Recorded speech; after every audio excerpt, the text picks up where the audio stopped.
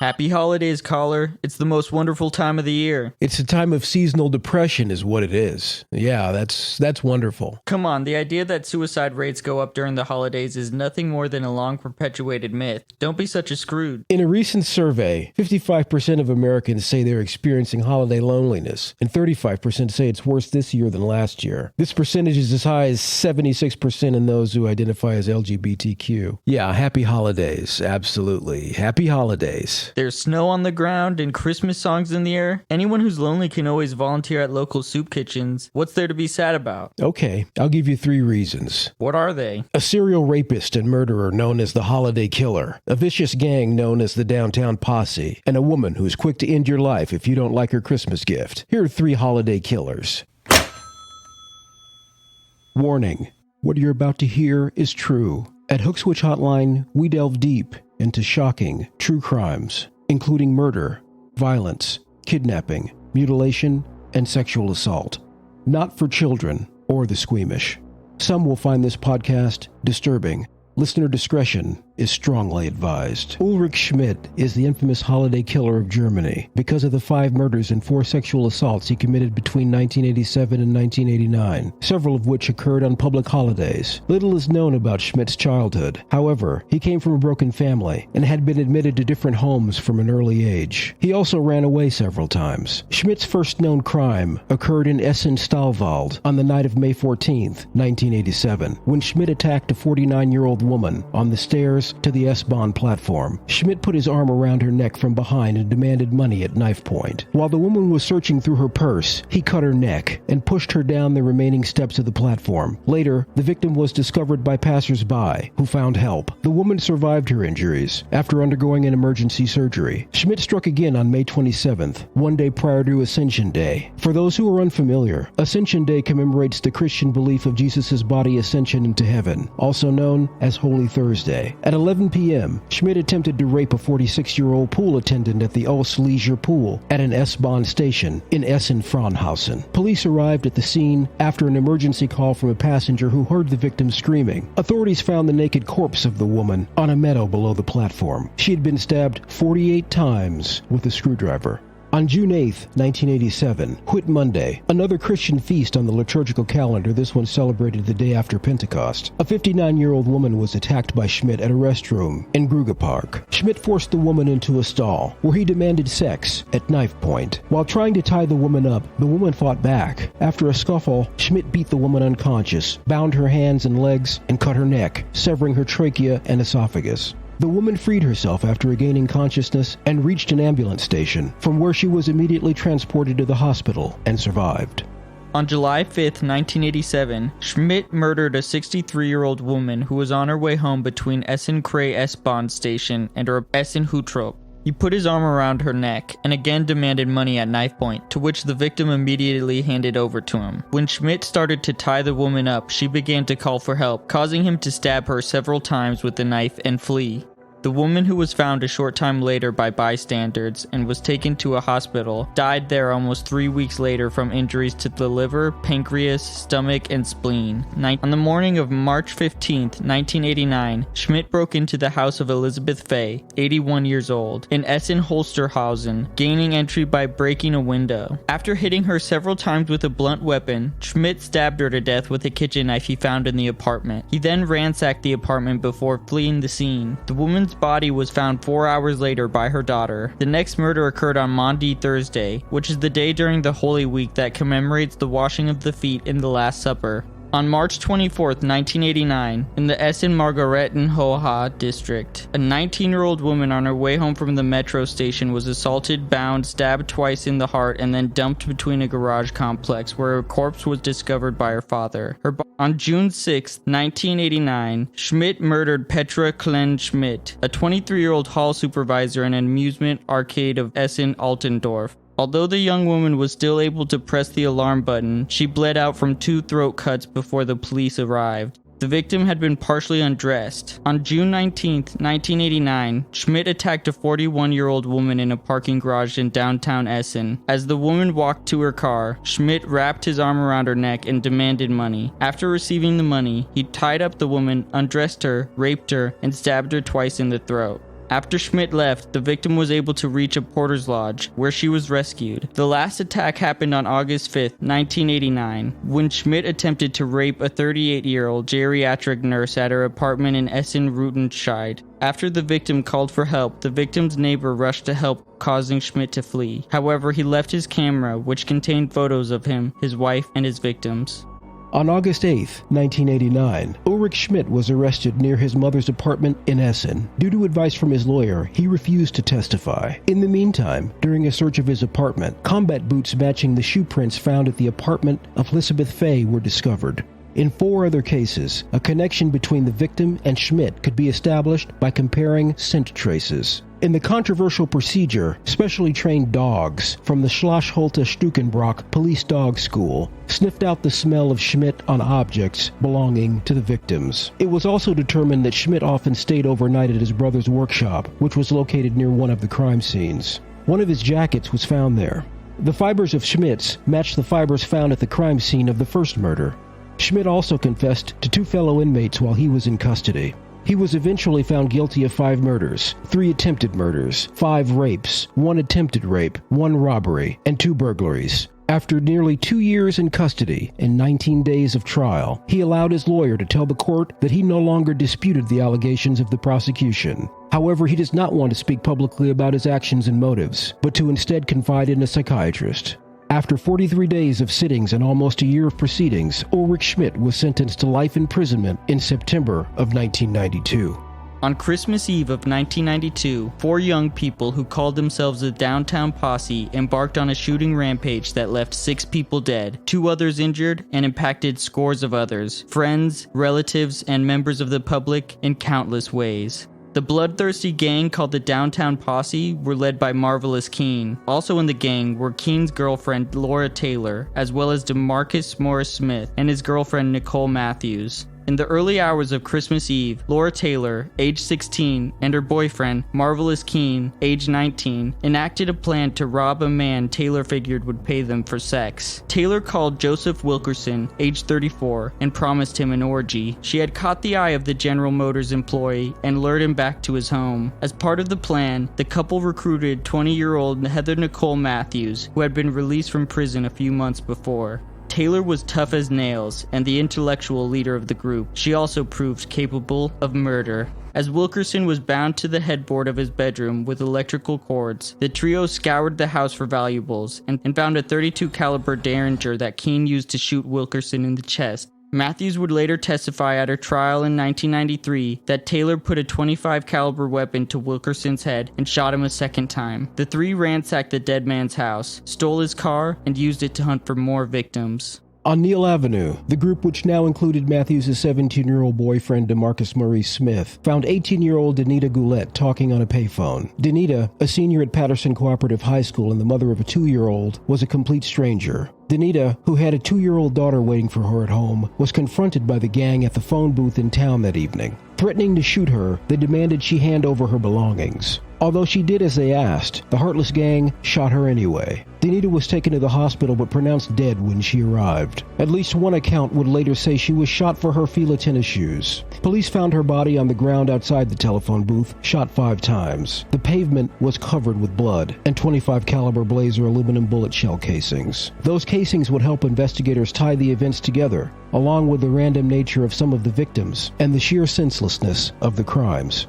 Taken from Goulet were her coat, shoes, and a backpack containing 50 cents. The group would return to Wilkerson's house and stay the night, but attempted to claim one more Christmas Eve victim, Matthews' ex-boyfriend, Jeffrey Wright. Smith put 4 bullets into Wright's legs, according to police, but he escaped to a neighbor's house and survived. On Christmas Day, the 16-year-old Taylor coaxed her boyfriend, Richard Maddox, 19, from his parents' home, and the 2 left in Maddox's car, with Keene, Smith, and Matthews trailing behind. Maddox eventually spotted the trailing car, became suspicious, and gunned the accelerator. Taylor put a Derringer to his right temple and fired. Taylor bailed out of the car before it crashed on Benton Avenue. Maddox was later declared dead from a gunshot wound to the head. Sarah Abraham was behind the counter at this short-stop mini-market, the family-owned grocery store on West 5th Street, when Taylor walked in to case the place. Minutes later, Smith and Keene walked in, and Keene shot Abraham twice in the head. The weapon's bullets similar to the casings found next to Golette's body on Neal Avenue. A witness in the store was shot in the hand and stomach but survived. Abraham died 5 days later. This time, the gang got away with $44. Moving around the city, the gang switched license plates on multiple stolen vehicles to elude the police. Thinking some within the group might snitch, the four ringleaders, Taylor, Keene, Matthews, and Smith, turned on two of their own. On the witness stand, Matthews said the group believed Wendy Cottrell, age 16, and Marvin Washington, age 18, could implicate them in the previous deaths. After Abraham was killed, the crew picked up Cottrell and Washington and bought some beer and wine. Keene, saying he had to urinate, pulled into a gravel road on Richley Drive. Smith and Keene ordered Cottrell and Washington out of the car, marched them behind a large pile of dirt, and executed them. Their bodies would not be found until the killers were in custody. Cottrell and Washington marked the 5th and 6th victims of the killer's rampage. A woman airing up her tires at the Salem Avenue gas station might have been the 7th, but she ran when her Dodge Shadow was stolen at gunpoint. A short time later, some 72 hours after the first killing, Dayton Police Sergeant John Huber eyed a suspicious vehicle, that same Dodge Shadow, on Cumler Avenue. Smith, Keene, Matthews, and Taylor were inside. Huber called in a plate check, and when the registration didn't come back to a Dodge Shadow, units closed in from all directions. After so much violence, the gang's capture was rather uneventful. Smith ran into a nearby house but was quickly captured, while the other three, Keene, Matthews, and Taylor, were taken into custody without incident. Despite this stroke of luck, the Dayton police force found themselves outmatched and outsmarted by the spree killers. It wasn't until the bullets were examined that the cops realized the same weapon had been used in the shootings. And after a carjacking by the posse, in which the victim managed to escape, cops finally had a vehicle to look for. Later, a detective stopped the posse, driving a stolen car, with no idea they'd carried out the murders. Nearby was the car they'd abandoned, which had had the number plate swapped. Cops traced the number plate back to the house of Joseph Wilkerson, the posse's first victim. When they entered the house, they were hit with a foul smell and found Wilkerson's body with gunshot wounds tied to the bed. The grim discovery, along with an anonymous tip, finally led to the arrests of the Downtown Posse. Huber, who is now the director of public safety for Sinclair Community College, said afterward he learned that Taylor had ordered Keene to shoot Huber, but for some reason he hadn't. Huber says now, "It was a tragic crime at Christmas, a tough time of year. It's sad that we couldn't have gotten to them sooner. There was no rhyme or reason, there was no pattern."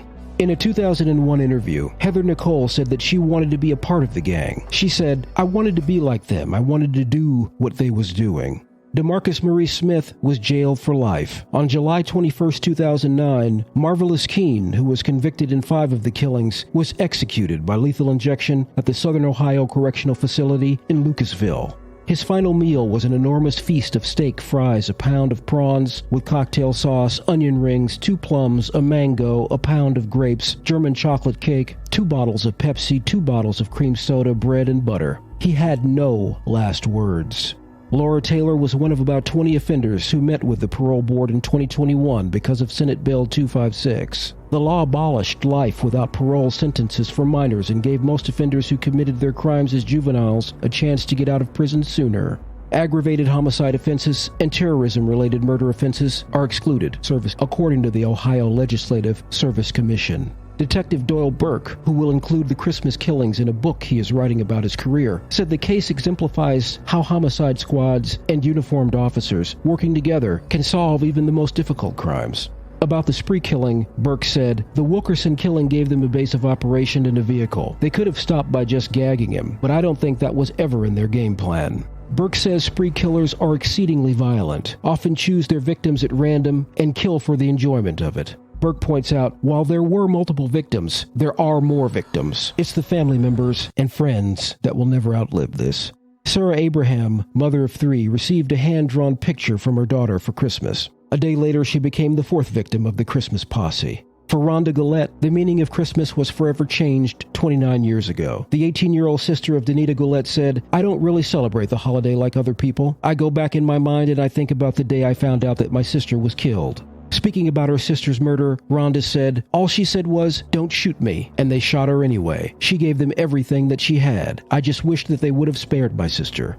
For this final story, we go to the holiday season in 2013. On Christmas Day of 2013, 37-year-old Melissa Young murdered her next-door neighbor, the 47-year-old Alan Williamson, after he rejected her Christmas gift of trainers and a 2014 calendar. Williamson was reported to have sustained 29 stab wounds in the attack. Young, who was known for a tattoo of the Virgin Mary on one arm and Lucifer on the other, later claimed she committed the murder while believing she was possessed by an archangel.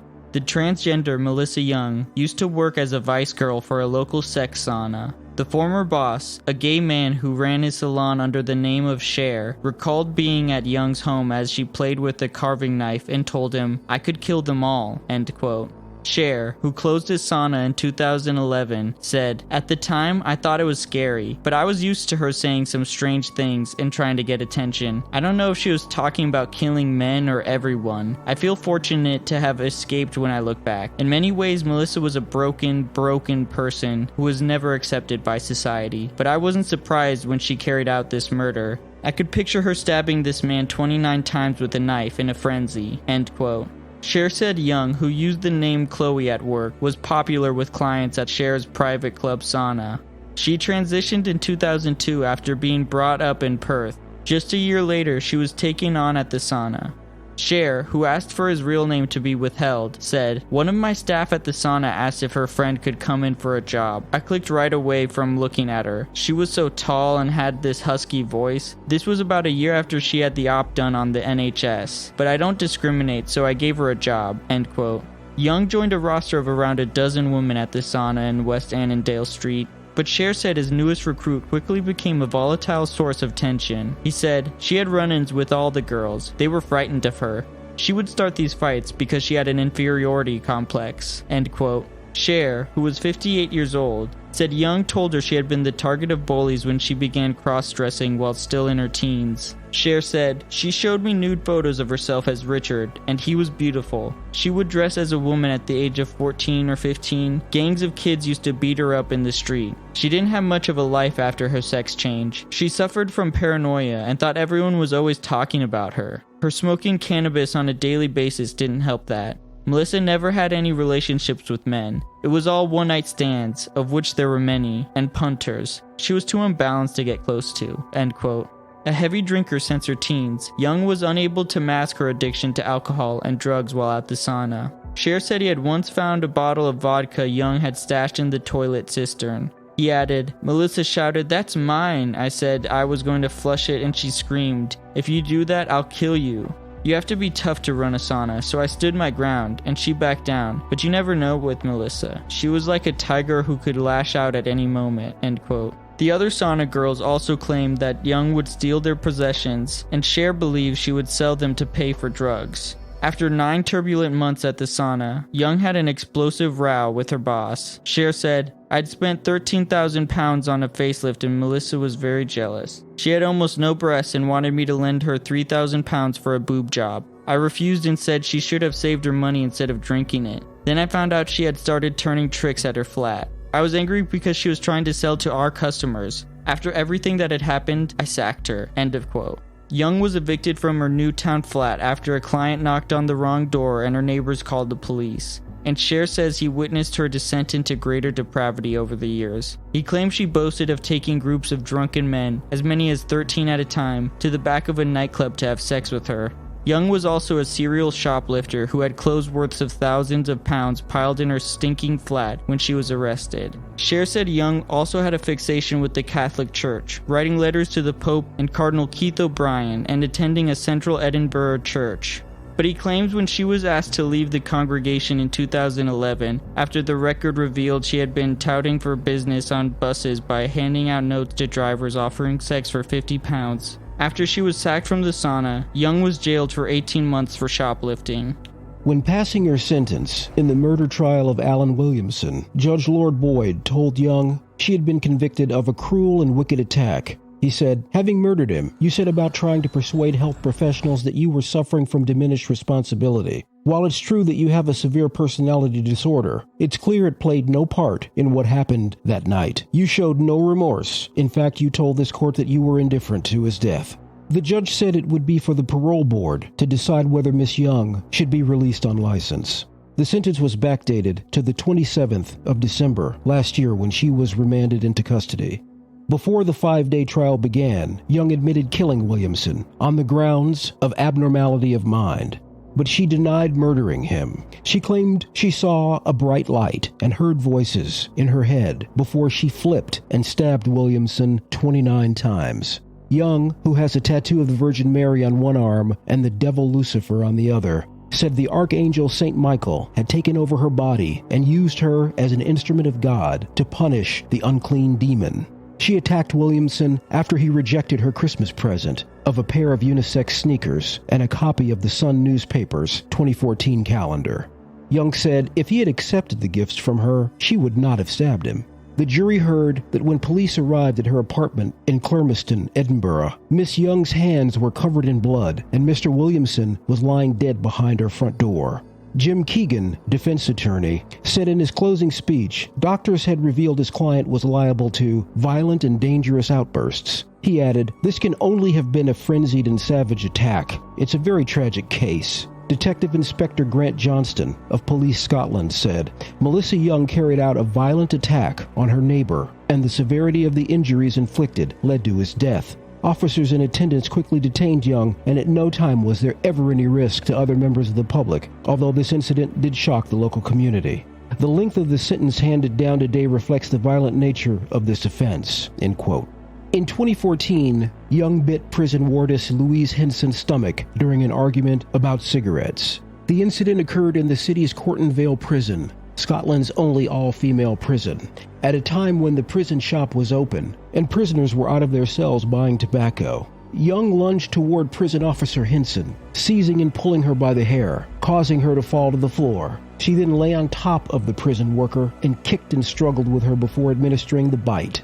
Thank you for joining us on this special holiday episode of Hook Switch Hotline. Come back next week when we'll dive deep into more shocking true crimes.